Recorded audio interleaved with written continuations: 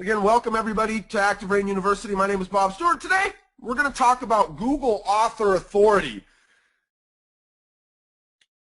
So here's why you're going to spend the next 60 minutes with me is, over the last couple of years, Google has started to introduce some pieces that when taken in their entirety, potentially shows where they're headed for kind of the future of SEO.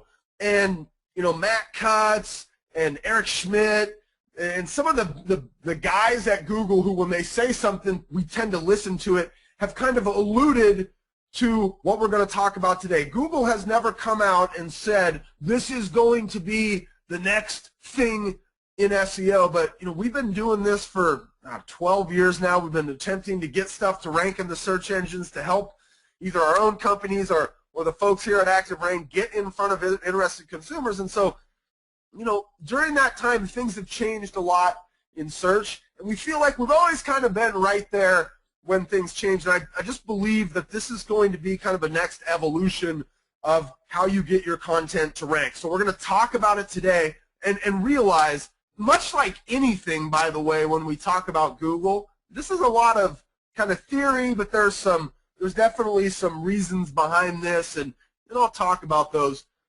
as we go through here. But at the end of the day, we all want to rank better in Google, and so it probably behooves us to do things that we think Google is going to like, and things that maybe they're even encouraging us to do. So it all starts with Google+. And so the last time I've done this presentation a couple of times, and I did it, I don't know, maybe a month ago in front of a live audience, and I'm able to ask and see there was, you know, how many of you guys are on Google+, and I don't know, about 60% of the hands go up in the room. But what you must realize is you may actually be on Google+, even though you don't know it. Okay, Google, when you set up any kind of a Google account, which actually includes a YouTube account, so if you have a YouTube account, you have a Google+, but they will create a Google+ account for you, or they did that at some point in the past. In fact, today, if you create a new Gmail account, it actually, you know, they show you, okay, hey, we just created a Google+ account for you too. You know, for those of us, like many of you, I'm sure, that have had a Gmail account or some type of a Google account for a long time, right? It may not have been as obvious to you when they actually went in and created a Google+ account for everybody that had some kind of a Google-related account. And remember, Google owns YouTube, so that included somebody that has a YouTube account. Now, at the end, okay, so I want you guys to just keep in mind that it all starts with Google+, and I realize it's kind of funny that we're not going to talk about what we actually do on Google+ until the end, but it'll make sense when we do it that way. Okay, so keep this in mind. It's all going to kind of hinge around Google+ as a place to kind of bring together everything that we want to show Google about us.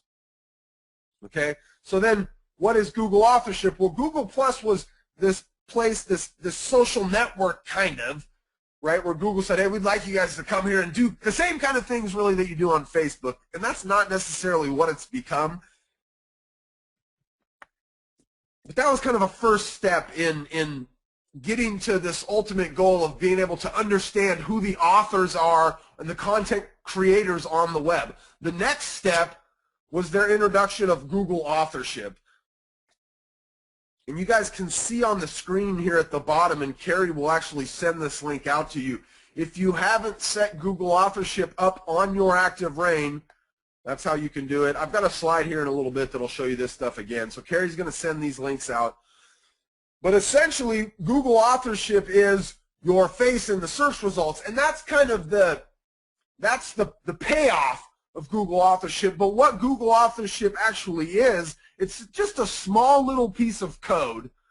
And don't get scared when I say code. It's very easy to set this up. And in fact, those two links that Carrie's sent out to you guys in the chat area are both kind of step-by-steps. The first one, the ActiveRain one, activerain.trulia.com/Google-authorship. That's how you set it up on ActiveRain. The other one, which is activerain.trulia.com/market leader-authorship. That's how you would set it up on your real estate website. Now, the example there is using a market leader site, but with just a little bit of kind of intuition, you can get in there and figure out how to do it on your own site. If you have a WordPress blog, I would Google setting up authorship on a WordPress blog. It's pretty simple. Okay, but authorship is essentially then this little piece of code that you put on your websites so that when you create a piece of content, Google understands that you are the person that authored that content. Okay, that's what authorship is. It just says, hey Google, Katrina Benton wrote this post about the Cedar Crest condos.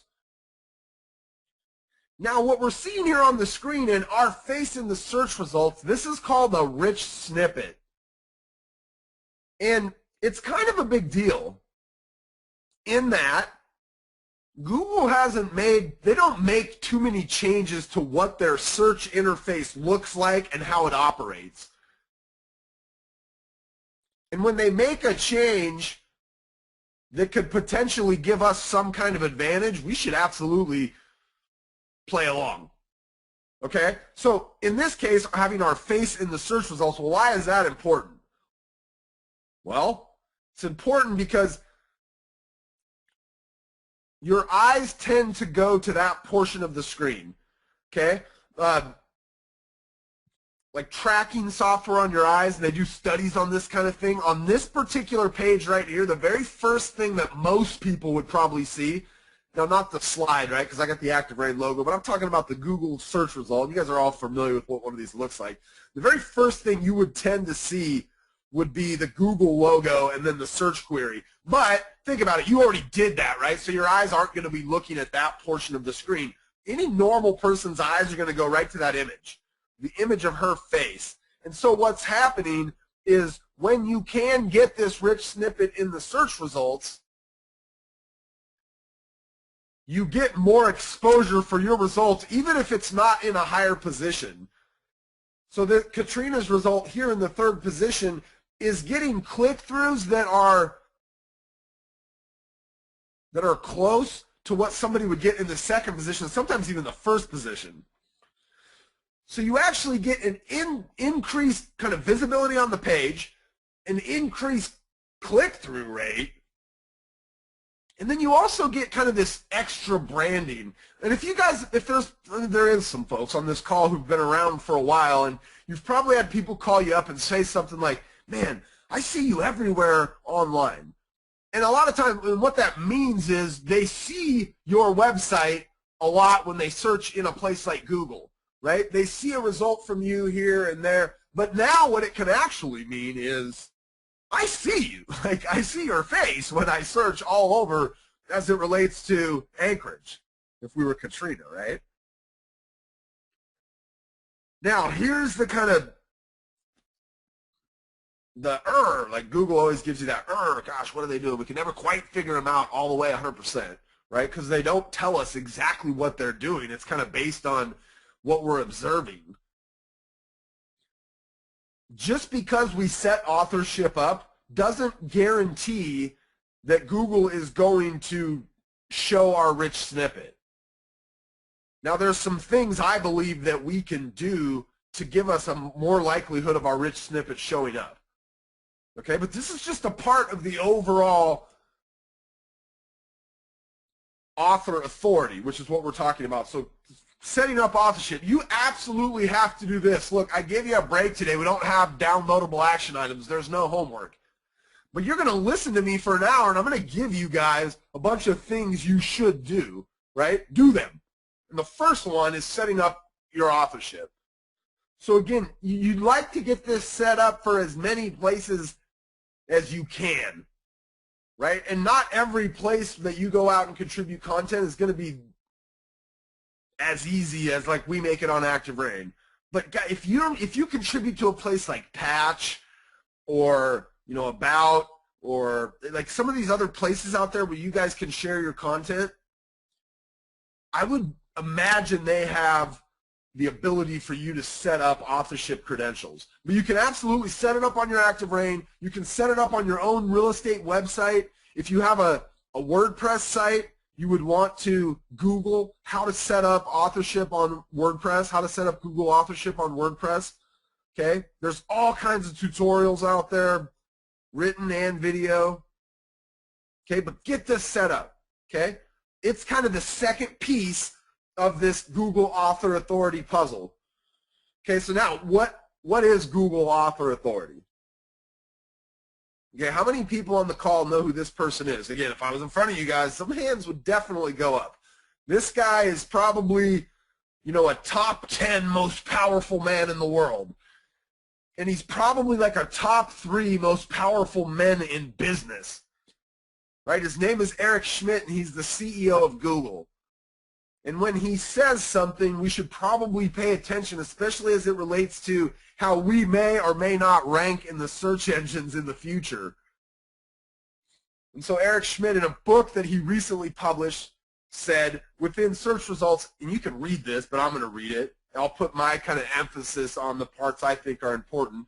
Within search results, information tied to verified online profiles will be ranked higher than content without such verification, which will result in most users naturally clicking on the top verified results. Right? The true cost of remaining anonymous then might be irrelevant. Now, again, I mentioned this. Google hasn't come out and said there's this thing called Google Author Authority. That's kind of the term that the SEO world has given it. The patent that Google has on this is actually called agent rank. So they have a patent on this idea that they can, you know, go out on the web, that they can figure out who are the authorities on certain subjects or who has good information about certain subjects, and then they can put that into their algorithm so that if I'm somebody that should be an expert, that is, you know, the real world says I'm an expert in condos in Seattle, well, then Google should probably rank me higher, and this would seem to indicate that they are working on doing that. So just a little, I don't know, this is a 30,000-foot view, right? There used to be keywords, okay? And we all figured out how to manipulate keywords, right? We'd stuff them in there. We'd use .1 font. We'd use white font on a white background, try to get our keywords in there, and Google came up with something a little bit better. They said, well, let's try links, right? And links were just a pat on the back from somebody else online saying your website was pretty good, right? But then we all figured this out, right? In the real estate industry, it makes sense for us to figure this stuff out because there's a lot of money riding on us being found when somebody's online searching for a home. So we started linking to each other back and forth. We called our buddies up and said, hey, you link to me, I'll link to you. We did link wheels and link farms and every single way we could think of to get a link. And then Google started bringing in this idea of domain authority. So just if you wrote on a site like ActiveRain, it had a high domain. It didn't matter who you were or what you wrote, man, that thing was ranking. Right? And then a lot of people thought that in the last 2 years, social signals have become a part of the algorithm, right? Where man, if my thing gets shared a bunch on Facebook or it gets a bunch of retweets or tweets on Twitter, right? Or people are plus one on Google Plus, that might impact the search engine. That's a fallacy, by the way. That's not happening today. Google can't see into Facebook. Facebook is not sharing their social signals with Google. Google can't see, they don't have an API from Twitter. They're not going to put things in their algorithm that they can't fully and entirely rely on. So these things are not currently a part of the algorithm. And then we're moving towards this idea of author authority. But now remember, none of these other things, like when author authority comes onto the scene, links don't all of a sudden go to the wayside. Right? Domain authority doesn't all of a sudden become irrelevant. But we add kind of another layer in there, this idea of author authority. And for me, the easiest way I can explain this is to say it's Google's comprehensive understanding of the value you provide as an author on a certain subject. It's Google's ability to look into the real world, or at least to look online as much as they can, to decide if you are worth listening to. Right? are you worth listening to on the subject matter that you're writing about? Okay, so let's talk about how do you build authority. And remember, keep this in when we're talking through these things, keep some context around the idea that it all starts with Google+. Now, we're going to finish with Google+ today in our presentation, but I want you to think about these things that I'm going to share in terms of building authority, and then in a little bit we'll talk about, okay, here's, like, if you did this thing, here's how you now show Google it on Google+. That'll make sense in a minute. Okay, writing high-quality blog posts, and that's why we're here at boot camp, right? The first 2 weeks we talked about, SEO, how to get stuff to rank. We talked about keywords and keyword phrases, but I've been showing you guys examples of some pretty high-quality blog posts about very specific things in a market. Okay, well, we're not going to dive into what makes a high-quality blog post right? We'll continue to talk about that stuff throughout boot camp. But a couple of things that I do want to kind of highlight as it relates to writing blog content. The first one is depth matters. And the opposite of depth matters is thin content hurts you. And what I mean by thin, it's just not very good. Okay? It's not enough content to really convince, and I always do this in terms of a real person, right? I was talking to a gentleman 2 days ago, and we were going through his blog, and he said something like, Bob, I was in journalism at one point, so, I really want to make sure that my articles, really have a lot of good content in them. And he said, do you think there's too much in there? And I said, I think that in our industry, it tends to, the stuff we're writing about tends to lend itself well to very in-depth discussions, right? If I'm writing about a condo complex, I always talk about the 4 paragraphs, right? The flowery introduction, the second paragraph being about the units, the third paragraph being about the complex or the building, the fourth paragraph being about the area. But I could sit here and just rattle off 4 or 5 other things that I probably want to get in there. I probably want to get in information about the schools. I probably want to get in information about the transportation. I might want to get in information about the walkability of the neighborhood. I might want to get, there's all this other stuff I could get in there. And for somebody who was thinking about moving into that complex, could I ever give them too much? I don't think I could. And so depth matters, right? And it matters just as much from when a real person finds our content and starts to absorb it as it does from a search engine going in there and trying to figure out what's on that page. Right? Because when they go in there and try to figure out what's on that page, they're looking at things like how many words are on here, how do these words relate to one another, and if there's 300 words and Google's algorithm kind of determines that, most of these 300 words relate to one another, is that better or worse than if 1,000 of them related to one another a little bit more closely? Right? So depth matters. Don't ever feel like, ooh, I got too much here. Right? The flip side of that is thin content can hurt you, and we've all done this.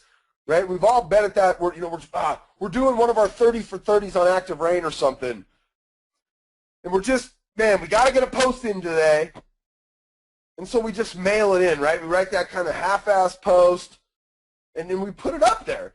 But when we start to understand that Google looks at the entirety of our content now, or they want to be able to, all of a sudden it probably doesn't make sense to write that little half-assed thing and throw it up there. Right? It might not make sense to do that Wordless Wednesday post just to get something up there.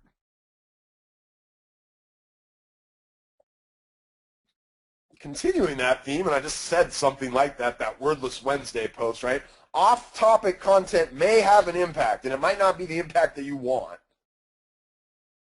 Now look, this is not to say that if you're, you blog 3 times a week or let's say 4 times a week, and once a week you write something that's not real estate related.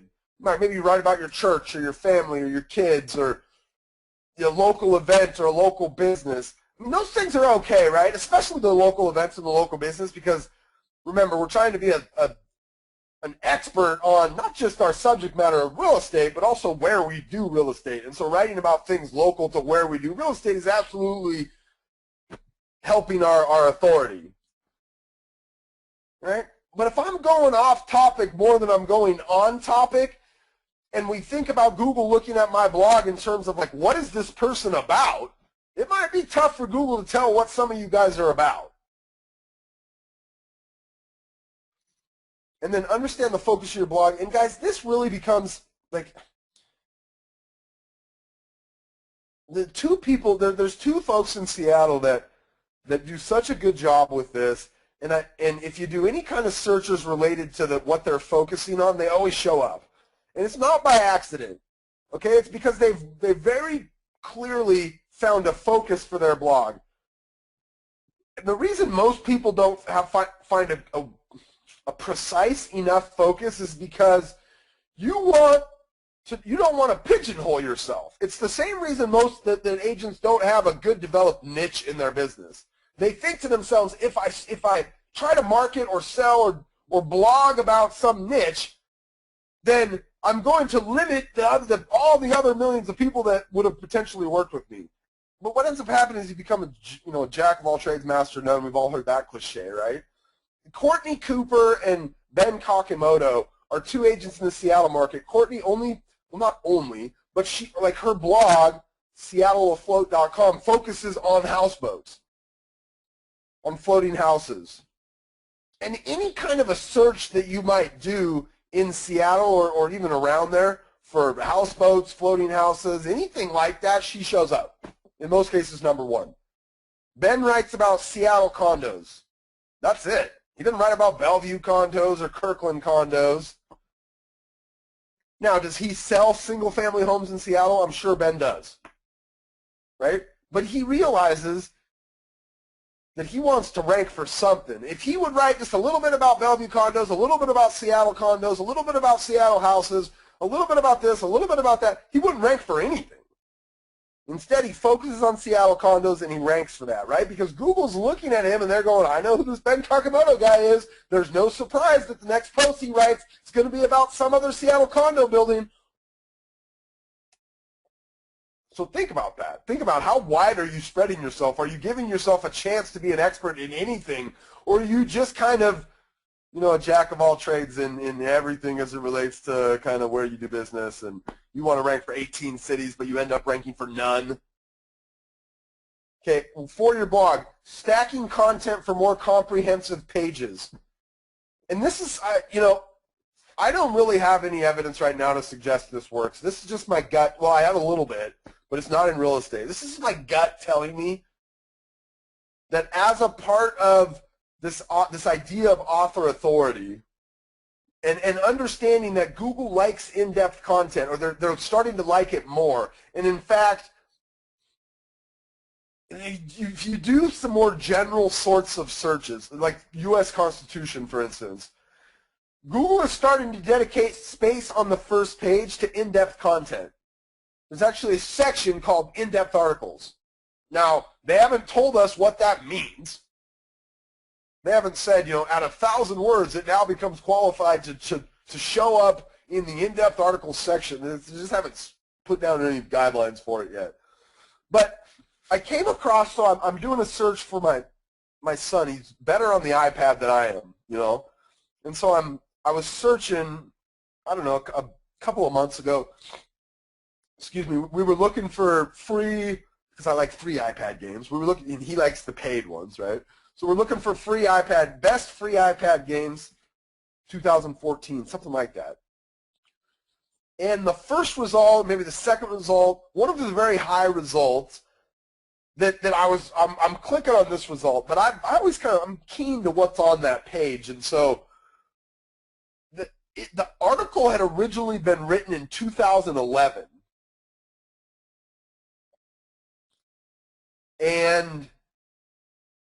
But the headline, the title, said like top free iPad apps or iPad games 2014, something like that. And so I was like, well, that's weird.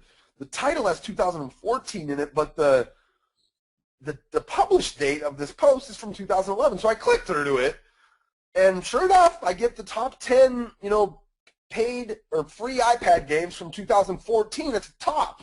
But then right below that was the piece that he'd written in 2013, right? So as I scrolled down, below that was then the piece he'd written in 2012. And then when I scrolled down below that was the piece that the gentleman had written in 2013 or 2011. And so I thought, oh my goodness, he gets it, right? He's stacking his content, you know, one post, and that's the next post just right on that same page on top of it. And then the next post right on that same page on top of it, so that he's now got one page that's a really great resource for anybody looking for the top free iPad apps. So I started thinking about this in terms of real estate. I think where this applies for you guys is if you do market reports.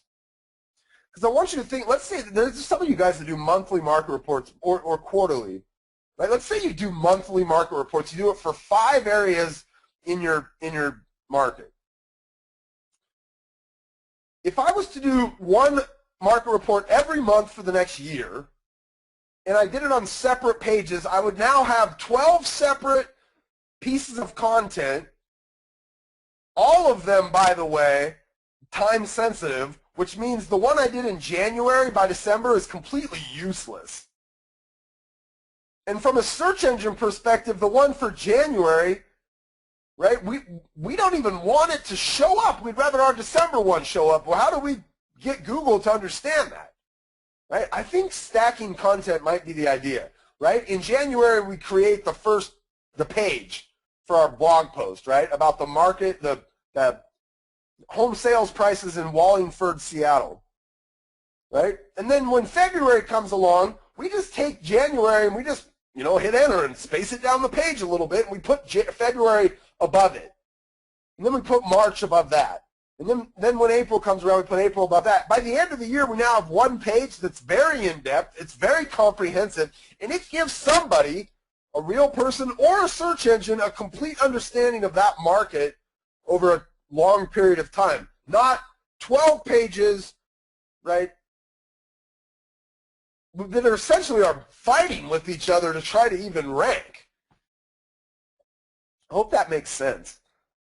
Again, I haven't proved this out in real estate yet, but this is absolutely how I would be doing things. Now, if it was me, you know, and I did 5 different areas, I'd probably do 2 or 3 of them like this, and I'd do 2 or 3 the old way, where I keep doing one blog post for every month. All right, another suggestion: go back and update subpar content. So if one day you decided you just mailed it in and said, oh, you know, I got to get this blog post in, you can absolutely go back and edit your old stuff and update it and make it better. And then you might consider pulling down off-topic content. There's a number of bloggers on ActiveRain, so some folks that are very, very high, that have a lot of points, have been blogging with us for a long time. There's absolutely value in it for their business. They wouldn't still be doing it 6 years later if they weren't getting business benefits out of it. But I see people, well, we have this log of deleted blog posts on ActiveRain, and I see people pulling their content down. And for me, it's like they wanted to write about something, but then it wasn't maybe showing Google exactly who they wanted to show Google they were. And so they come back later after they've gotten it off their chest, they've gotten the feedback they wanted on it, right? They had some fun with it, whatever it is, and then they pull it down. Maybe they put it in draft mode, or they just delete it. Okay, so blogging, obviously, right? We knew that was going to be a part of building our author authority, right? But what are some other things we can do? Well, one is to become a guest contributor on other related sites. So at the bottom here, we have this. The link's not actually. The link will get you to where you're going, but hopefully everybody's kind of heard by now that we merged ActiveRain into the Trulia domain, so it's activerain.trulia.com/Trulia-contributor-program. It doesn't matter. That will get you to the same place, right? Because everything's got 301 redirects on it. But we give you a chance with the Trulia Contributor program to become a guest contributor on another related site, right? Google looks at Trulia as absolutely being an authority on real estate, and they rank them very high, and they know that there's lots of awesome content on Trulia. So it makes sense to have your content coming from other places, right? If you have a lender friend who keeps a blog, or just anybody else out there kind of in our industry, that might be interested in taking your content and publishing it on their site, do it, right? Go out there and try to find people that might benefit from your content. Now, it used to be, and then get a link back to one of your profiles, right? So if you go and you're a guest contributor on your mortgage broker's blog, have him create a link on there back to your profile on your website or your profile on ActiveRain or something like that. Okay, it used to be that the guest contributor, that idea, was so you could get the backlink. And remember, there's still value in the backlink. We're saying that all those other things we used to do for SEO, they're still important. Okay? But now, becoming a guest contributor on another related site is just as important because it shows Google that other people in our industry trust us as well. Right? If Truly is willing to take my content and publish it, that's a good sign. Right? Google looks at them as a verified publisher. Right? If some mortgage person out there is willing to take your stuff and publish it, that's a good sign to the search engines. Right? It's not just you publishing your own stuff. Now it's other people publishing your stuff. Can you guys see how that would tend to build your author authority? Tend to build you up as an expert in the eyes of Google? Sure, I'm sure everybody can see that. Being cited in an article. Every single day in every one of your markets all around the country, there is stuff being written by media about real estate. Not every day in every market, right? But every day in some market, there's something being written about real estate. So when the Seattle Times writes an article about housing prices in Seattle, there's at least one, and most times there's 2 or 3 people that get cited or quoted in that article, right? It will say something like, you know, Ryan Alley, a local broker with Keller Williams and Federal Way, said. That's a real world thumbs up to us that we're an expert in something in our market, in Federal Way real estate. Right? How do those people end up getting cited? They create some type of a relationship with that person. We have this thing called our media team, so ActiveRain.com/media team, where we are helping agents or trying to help you guys figure out how to get in with some of these local media. We have agents that have been published in their local media. They're definitely getting quoted in their local media, right? But you kind of have to actively solicit and develop these relationships. But if that relationship results in, you know, me getting a couple of quotes out of the Seattle Times and them citing me, and then Google indexing the Seattle Times and seeing that Bob Stewart, the real estate broker in Seattle, right, like that raises my credibility with Google. Video, focused on your area of expertise. Man, you know, I'm actually surprised. I'm a little bit surprised that the people that have dove into video aren't even further ahead of the people that haven't than they are. Video is, I mean, as we get, you know, our broadband gets better, people can access it easier. You know, I mean, kids today, you know, the millennials today, they're watching more video than they are reading and consuming content.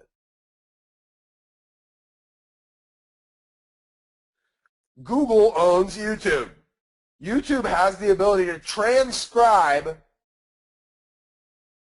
audio into text. Taken together, these things mean a lot.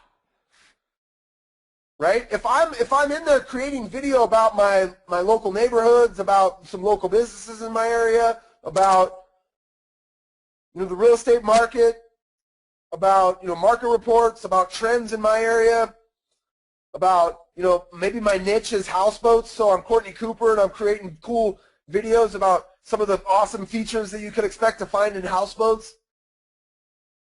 Google is just absorbing, sucking up, and trying to make sense of all of that. And I can get a lot of content in front of them through video. Right? They like this diversification. They like to see me as an expert across a lot of different platforms. Set up Google Places. If you guys haven't done this yet, it's just a good idea. You should do this whether or not you give a rip or you think that I'm on to something with the idea of Google Author Authority. Google Places will require that you have a physical address.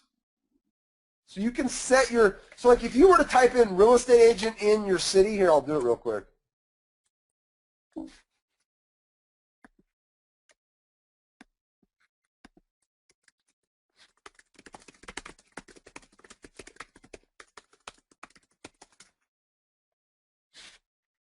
See all these? See all these? Those are from Google Places. For free.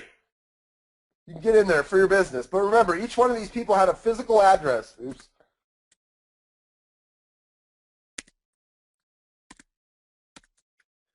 They've all got a physical address because what happens is when you set it up, Google will actually mail you a postcard with a code on it.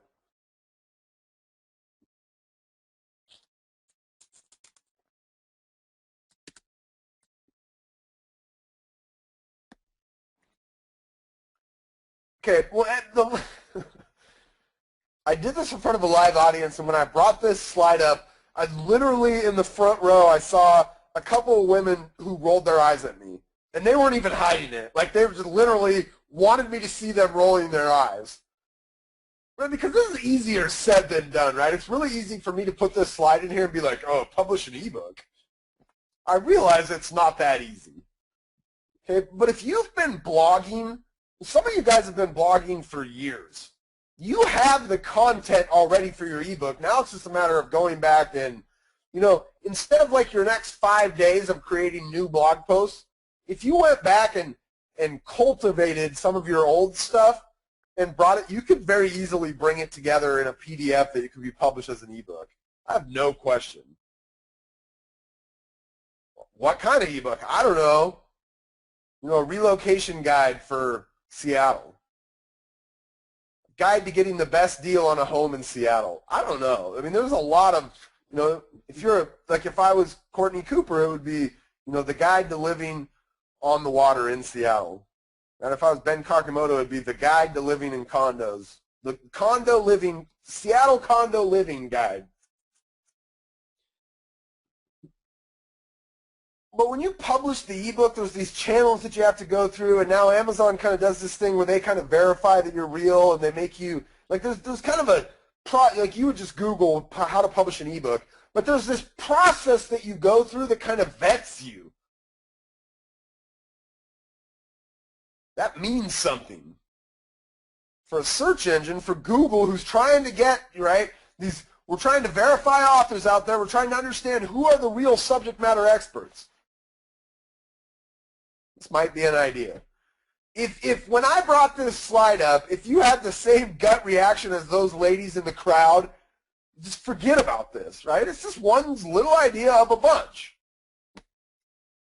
Ratings, reviews, and testimonials.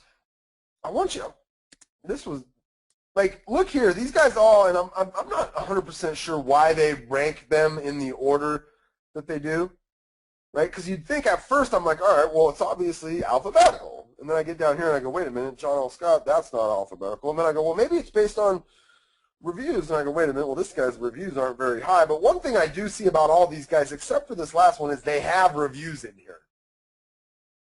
Okay, now this is not the only place, right, on a Google, our Google Plus, or on our actual local business result, right? This is the local business result. No, it just goes to his website.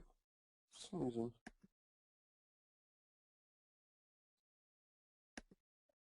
But they've got reviews, and they're looking at these reviews. And there's lots of other places that we can bring in reviews, right? Yelp, Zillow, Trulia, ActiveRain even has a section for your testimonials. And what we do on ActiveRain, and I'm like 99% sure that Zillow and Trulia and Yelp are doing this as well because they have very talented SEO people and they understand the web. There's this thing called micro-tagging. You don't have to worry about it. Well, maybe if you were really getting into SEO. I mean, if you don't know what I mean by micro-tagging, then you don't need to worry about it, right? But what micro-tagging is it allows, like us at ActiveRain or the folks at Zillow or the folks at Trulia or the folks at wherever, right, to tell the search engine what are certain components of the page. So like on your profile on ActiveRain, we have micro tags around the testimonials section. We have micro tags around your expertise area where you can say, like, I'm an expert in first-time home buyers, I'm an expert in, and we serve that information up to the search engine. So when you add a testimonial and they come in and index the page, they don't just see that as some random words on a page. We put micro tags around that to tell them it's a testimonial.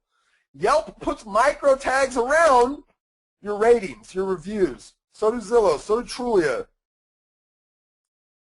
Now, if a search engine's out there and they see a micro tag that says testimonial, and then they read a testimonial and they can tell it's positive, that's a good thing. So first we want to get these things. We want to make sure our clients are out there giving us these. And then we want to make sure that we expose them to the search engines. We expose them to Google. And so that's what we're going to start talking about now. So we've got these ideas of some things we could and should be doing to kind of build our credibility or our author authority, right? And I talked about this already. When we start to think that, wow, Google's looking at us as a collective, like everything we've done, if we're spreading ourselves too thin because we want to rank in 20 different cities, we're probably going to end up ranking in none. Google Plus has a hub. So we started with Google Plus, and I said we're going to finish with it because it becomes the hub for everything that you're doing to try to build your Google author authority. Okay? So when I've got a place out there like Yelp where my clients are leaving reviews of me, I need to tie that back to my Google Plus, because Google might not understand that Bob Stewart guy who's getting reviewed on Yelp is the same Bob Stewart guy who's selling real estate here in Seattle. Right? We'd like to think they'd figure it out, but what if there's two Bob Stewarts? What if there's a Bob Stewart that, in fact, I went to Keller Williams family reunion. There was a guy on the airplane that had my name. He was a Keller Williams agent. Same name, Bob Stewart. I ended up meeting him later at Keller Williams family reunion. They don't know, right? Like, Google doesn't know exactly, like, all this web property that I have out there. Anytime I've been mentioned in an article, anytime I've been a guest contributor on some other site, like, they don't necessarily know that's me, that I'm the guy, the same guy that's written all these awesome blog posts on ActiveRain or on my WordPress blog about Seattle real estate. So I need to tie that all together for them, and I use Google Plus as a hub. It's not just a ghost town social network. Okay? It becomes this hub for us to show Google who we are. So how do we do that? The first thing we do, sorry about that. Oh, there we go. Okay. The first thing we do, and so I'm on my Google Plus, is we're going to share our story. We're going to tell Google our story. We're going to let them know who we are. And we do this, so this is just me on Google Plus, and I'm logged in here. You guys can see this stuff up in the top right. I come here to this little drop down, and I go to my profile. Okay? And then inside my profile, these are my posts. But in the About section here is going to be my story. Right? And I would venture a guess that 95% of you on this call, your story looks like mine.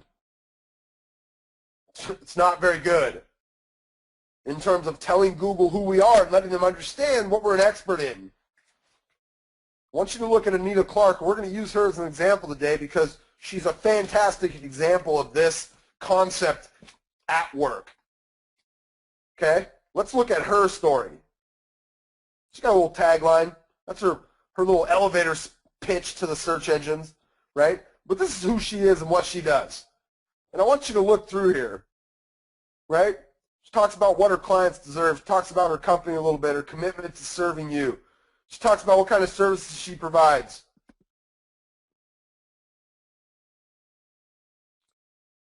Talks about buyers and how she can help them. She talks about where she does business. She talks about what she does for her sellers.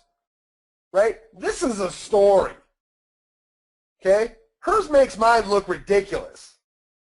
Especially when we think about it in terms of how Google views her. and what she's an expert about and where she's an expert about it. Okay? So the first thing we want to do is share your story. Now, in order to do that, I wonder if this is going to keep doing that to me every time. In order to do that, when you're on your own profile and you're logged in as you, right, and you're on the profile section and you come to about, it's really simple. I just hit edit of my story. And then I go in and I write my introduction, my tagline, my bragging rights. I can add a link or two here and there. I save it. Right? Simple stuff. The hard part is writing your story probably, right? It's hard to write about ourselves. You know, do I do it in the first person? Do I do it in the third person? Like, I don't know. I'd do it in the first person if that was me, but I just think it's weird when people talk in the third person. Bob thinks that's very strange. Okay, then, so our story is the start of a full and complete profile on Google+. Okay? The next thing we need to do is connect all of our profiles. I wonder why it's doing that. Okay, so all of our profiles, okay, let's go look at, again, our awesome example. And so in our About section here, as we scroll down a little bit,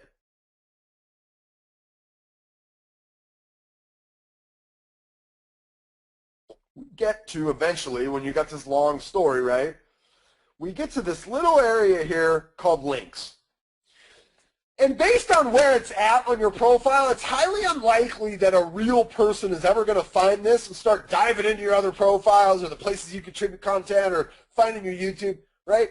To me, this is more just, this is the place that we start to point Google out there to all the stuff that shows we're an expert. And it starts with our profiles. Let's look at what she has. She's got ActiveRain for sure. She's got her business page. She's got her Coldwell Banker profile, right? Do you think Google knows that Coldwell Banker is a real estate brokerage? Of course they do. You think it makes sense for her to show them and expose them to the fact that she's on the Coldwell Banker, like, national site, not to mention her local Coldwell Banker site? Not to mention she's on Zillow and Trulia. She's on Twitter, and she's on Pinterest, Picasa, LinkedIn, Clout. She's all over the place. The easiest, so when I did this, the last time I did this live on stage, I was using Rhonda Porter, the mortgage lady, as an example of this, and I had Googled her the night before, and I found this. She had a profile on Redfin. She's a mortgage broker, and so she had a profile on Redfin that had a couple of reviews in it, and she didn't have it tied into her Google+. And I found that by Googling her. Like, when you Google yourself, like, you should probably have the top, like, 20 results that come back, profiles, in here somewhere, somehow. Especially if they're real estate related. Even if they're not, though. Right? So you're just going to come in here. How do we do that? Well, you come here, right, to your About area, under your profile. You go in here, you find the links section. Now, I don't have to scroll as far down because I don't have as big of a story. But you find your links section here. Just go to the bottom and you hit edit. Right? I'm going to add a custom link. So I might come in here and say, you know, my Trulia agent profile. I'm going to come in here.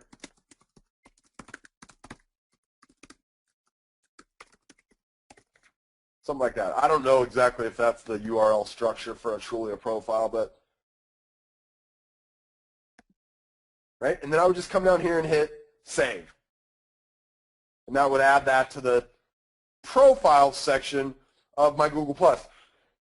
Now, think about this now. It's all starting to come together, I hope, because, right, if we have ratings and reviews out there on Yelp where people rated us high, and that's going to show the search engines we're an expert in real estate in Seattle, then I need to get my Yelp profile tied into my Google+, so they know that that guy, Bob Stewart, out there being reviewed on Yelp is the same Bob Stewart here that's writing content for this ActiveRain blog, or over here on Trulia, or out here on this WordPress blog, or putting really great content on this website, right? We're tying it all together.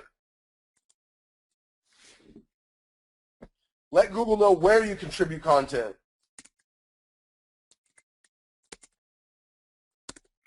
Okay? So the next section in here, under Other Profiles, is going to be Contributor 2. Where do you contribute content? She's doing it all over the place, obviously. If you only have 1 or 2, that's okay. You got 1 or 2. Put them in there.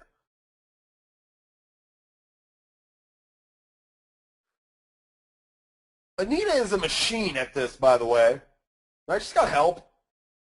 I was talking to her, and she was saying that her daughter's now in the business. She's getting help from her daughter, creating content and getting it out into the right places. And right? You don't have to do it at this level, but you have to do it. You have to tell them, you know, let them see your, you know, the stuff that you did on Answers.com or on ActiveRain, obviously, or on your own website. If you got a SlideShare, or, you know, she creates content on Realty Times. Well, there's probably a few that she might have even forgotten about here. Again, a Google search of yourself will help you remember and find all these places where you might have potentially been a contributor. Again, it's the same process. How do I add it? I just come here where I'm in this links section. Right, I'm in here editing my links. I just add it. Label, URL. Save. And then create links to content that demonstrates your expertise. And what should I link to? Content with maybe more clicks, more comments, or more shares. And more is obviously a relative deal, right? But if I have some blog posts in my blog that have a lot of traffic to them, you just see, you know, maybe it's like Katrina Benton, who I use as an example throughout a lot of our boot camp stuff. She has this one blog post called How to Buy a House in Anchorage with a Low Down Payment. And she links to it from a bunch of her other blog posts. So when she's writing about like a subdivision, she'll link to that post. And that post just gets a ton of traffic. That would be something I would use in the links section of my Google Plus profile to kind of show Google, look, I'm an author that gets read a lot. Right? If I got cited in an article by the Seattle Times, I would use the links section of my Google Plus profile to show Google, look, Google, somebody out there thinks I'm an expert, the Seattle Times. Right? I would use that to link out to anything else that doesn't kind of fall under a profile or something I contributed myself. If I did a guest spot on someone else's blog, I would link out to that. Right? And here's what I mean by link out to that. This last little area is called links. Like here's a perfect example. Using infographic to grow your market share. This is a post that she originally had submitted, I believe, on ActiveRain, and we submitted it to Inman. So we have these arrangements with Trulia, with Inman, with Real Trends. See, Anita, and she got a link back to her ActiveRain profile, or back to the blog post on ActiveRain. But this is Inman, who's very much an expert in real estate in terms of the search engines and in terms of real people. They think of Inman as a real estate news expert. Well, she got her content published here. It absolutely makes sense in her links section to include that, right? She's showing Google, look, Google, go out here because I'm the person that wrote this. It's lending to increased Google author authority or credibility with Google.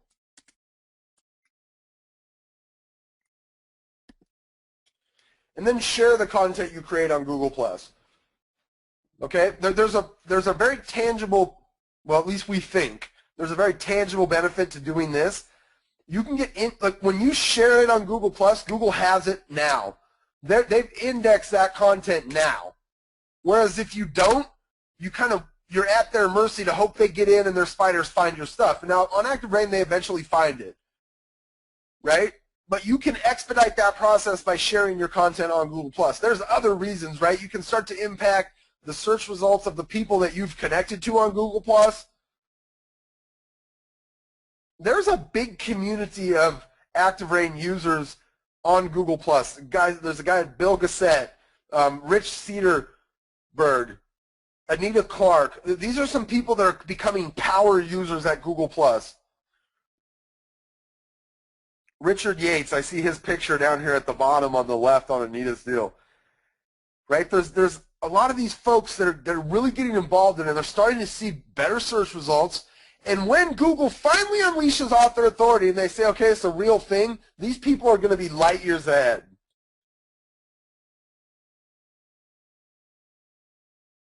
All right.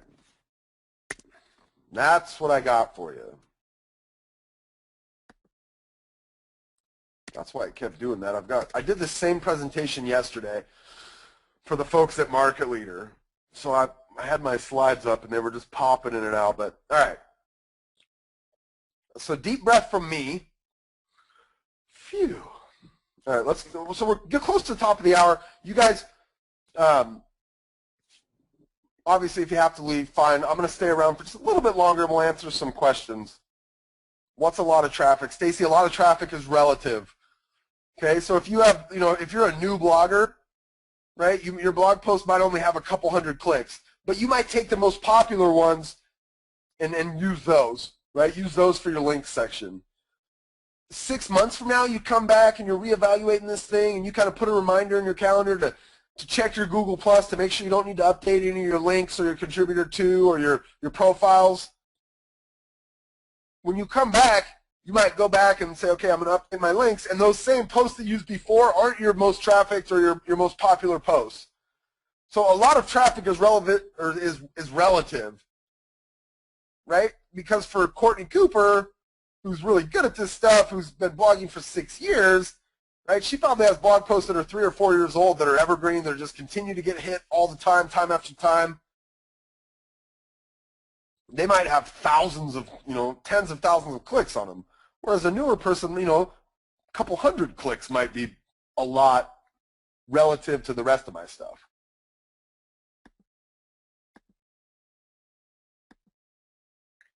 Okay, Aaron says, can you expand on the importance of updating your personal Google Plus page versus your business Google Plus page, or are they equally important? Here's the deal. For authorship, you have to use your personal page.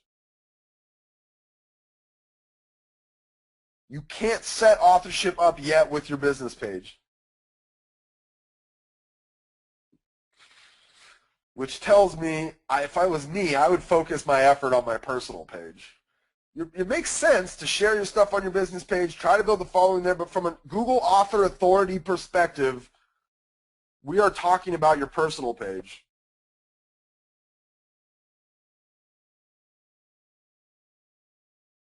I don't have any more insight than that. I just know this stuff I'm talking about doesn't work with the business page as well as it works with the personal page because we can't have authorship. Our business page can't take credit for the content we created as an author. And that's really, if you did all the other things but you never wrote any content, never created anything, you never did any videos or created any written content for Google, you're not going to have good author authority. I don't care how many times you got cited in the newspaper. That would help, right? But it's not going to, okay. Brent says, and somebody else had asked me to address this, what about duplicating content to ActiveRain and WordPress? Here, if you want to put the same piece of content in more than one place, Matt Cutts has come out and said it's okay, right? There are a couple of things that you need to understand. They're not going to penalize you for it. But there's also probably not going to be like this big, it's not going to help you, right?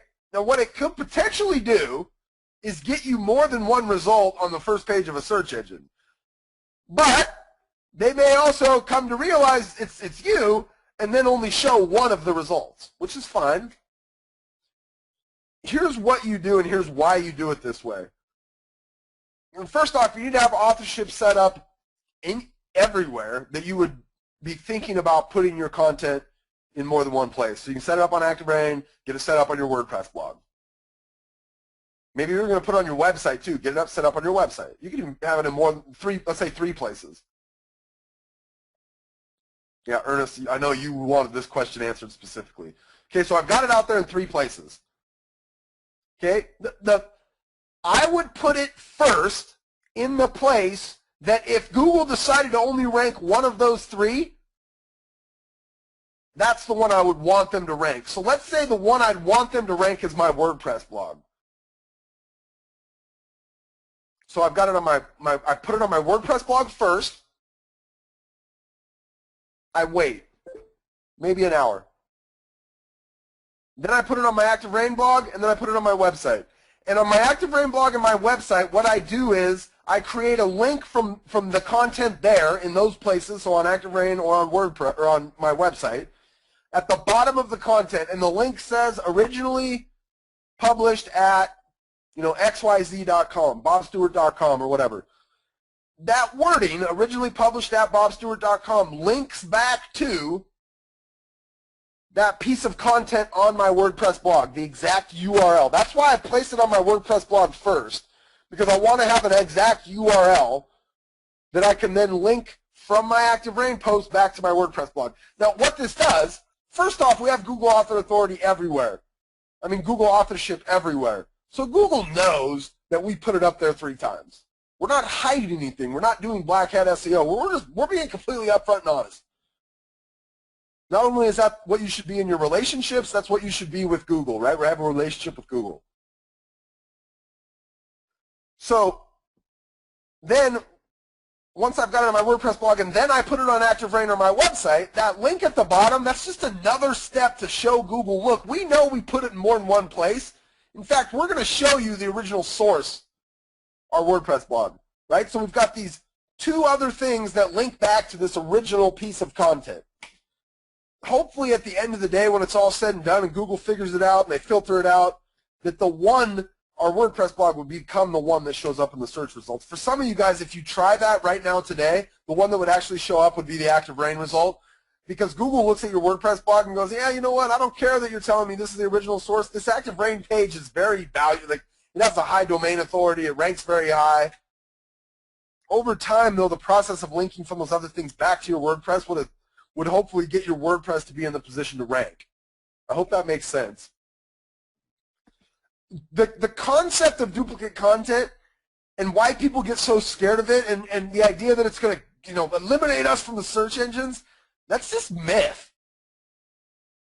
But there's real application of it, but it has to do with, let's say I'm not an author at all, but there's 10 of you guys out there that are writing about Seattle and Seattle real estate, and fun things to do in Seattle, and just Seattle, Seattle, Seattle. So I come to your website and I write some program that goes and scrapes your website and then creates a website for me that uses content from 10 of you guys. And then I'm trying to outrank you now in the search engines because I have 10 times as much content. That's where duplicate content became an issue, and that's what Google was trying to eliminate with the idea of duplicate content. Somebody else utilizing what you've written. Jesse says, is it okay to put a logo in your rich snippet instead of your face? So for your rich snippet, right, that thing, and let me just,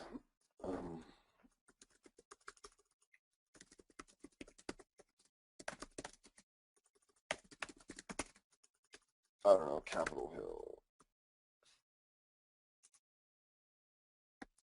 I think, am I still on here? Oh, I lost my authorship. I gotta get that reset. Okay, you see these, right? Like, look here. Like, who would you click on first? I would click on this one first every single time, by the way, over this one. But you can see the power of this thing. You cannot use a logo.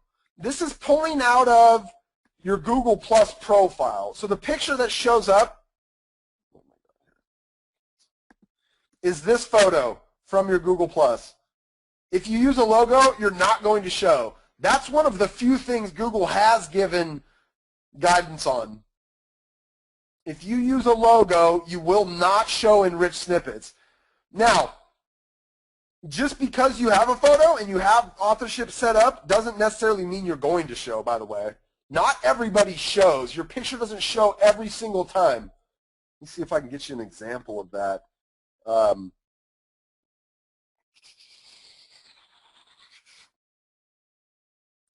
Oh, here we go. Baxter.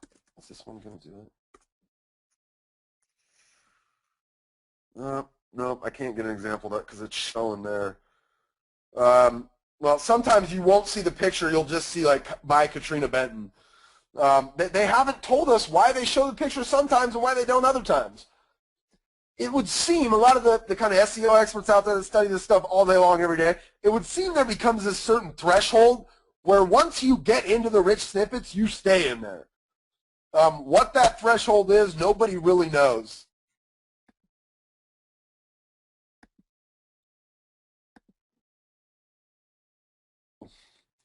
Ellen says, this is my first webinar with you about blogging. Will you be doing a webinar on keywords? Not for a long time, Ellen. We just did that webinar last week, and so where you can find that webinar is if you go here to ActiveRain.com, or it's ActiveRain.trulia.com, right? ActiveRain.trulia.com/bootcamp, or you could go to ActiveRain.com/bootcamp as well, Ellen. On here, the recordings, right, for the previous classes we've done, and I would watch them in order. Class 1 we did a couple of weeks ago is how to get your blog ranked in the search engines. Class 2 that we did last week was what to blog about so consumers find your blog. This is the keyword class. Today we're currently doing this class right here. And then next week we'll talk about being active, how to share your content, what to do with your content once you've written it. And then the last week we'll talk about lead conversion, how to actually generate leads with our blog. What do you think about cold calling to talk about a business? I'm not sure what that question means as it relates to here. I think cold calling is a great idea to talk about your real estate business. If you just want to, like, yeah, cold call. I know a lot of people that do very well with that. Where is it free and easy to blog? I don't know. I mean, that's a tough question. There's a place called Patch. There's about.com. There's, you know, answers.wiki.com. Obviously, ActiveRain. You can set up a blogger. You can set up a WordPress. There's lots of places.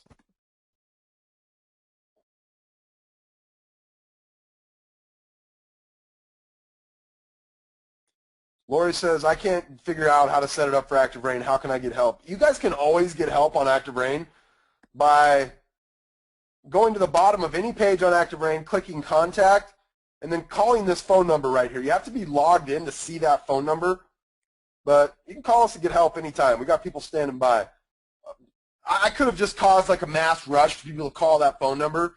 So if you do it right this minute, you might wait for a while, so you maybe wait for a little while. We're there between, I think, 8 a.m. and 4 p.m. Pacific time, something like that. 7 a.m. and 4 p.m. Pacific time. And in comes the voice of God. I bet nobody knew that God was a woman. Carrie, thank you. Chris says, is there a penalty for using the same content across websites? So that's what we were talking about, right? That duplicate content. Google's come out and said there's not a penalty, but there's kind of a way that they want you to do it. So have authorship set up, you know, link from the original or the other sources back to the original source.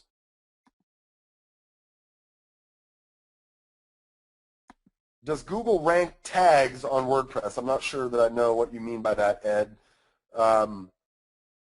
Tags, as they were traditionally done, don't have as big of a role as they used to. It's this micro tagging that search engines are starting to look at more, but I'm not sure what the question is. I'm sorry. Ron says, so if you have two businesses, one in real estate and another in an unrelated field, how do you handle authority if you can only use your personal Google Plus page? I would handle authority by setting up 2 different Google Plus pages, which means you'd have to have 2 different Google accounts. That's how I would do it. Darcy says, our website, we cannot blog on Market Leader. You can't blog on Market Leader, but you can absolutely create. What is a blog? I'll show you what Katrina Benton does. Look, there's a blog is just your ability to create content and place it on a page. And so what she does is she has a can-do attitude. I can do it. I can do anything I want to do. And if I want to create content on my website about the Aspen Heights condos, I create a community served page for Aspen Heights condos, and then I write about it.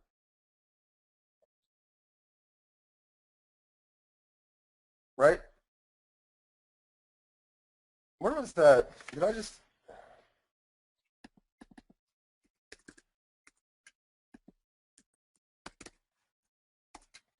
Remember this one?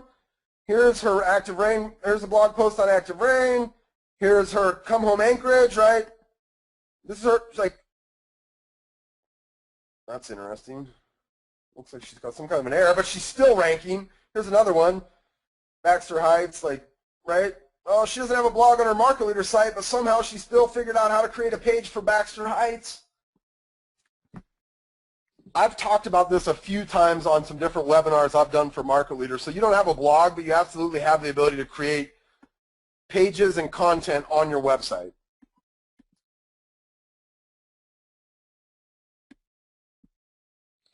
If I blog about several smaller communities, will this hurt my ranking? Look, you guys, you're not going to hurt yourself by spreading yourself too thin. Kathy, send me an email. I look at your community. I'm not sure I know what, like, write about your subdivisions and condo complexes. Like, if you have to do it in 3 or 4 different cities, that's fine. But really, like, focus. If I could make each one of you guys have a niche in your business, I promise you're going to be better off at the end of the day. And what happens is people go, oh, but I'm in too small of an area. It doesn't work like that in my town.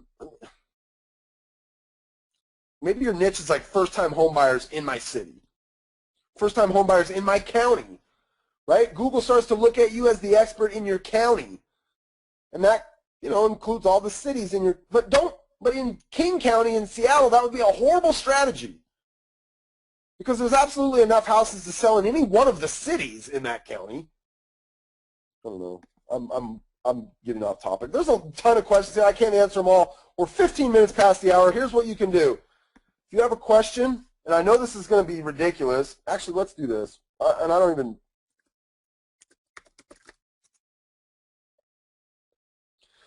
If you have a question, I'm going to force you today to ask it on our ActiveRain Google Plus page. So go to plus.google.com/plus ActiveRain. Or you could just come to Google Plus and search for ActiveRain. Okay? Can you ask a question here? I don't know. Now I'm off track. Oh, maybe it's because I'm managing this page that I can't. You can ask it wherever you want. Ask it on Google Plus. Ask it on our Facebook page, facebook.com/ActiveRain. I don't care where you ask it, but if I didn't get your question answered, please ask it. I'll track it down. I'll get an answer for you. I appreciate you guys joining me today. Have an awesome rest of your week, an awesome weekend in real estate. On behalf of Alicia and Carrie, who magically make these things go off without a hitch behind the scenes, my name is Bob Stewart at ActiveRain University. Bye-bye, everybody.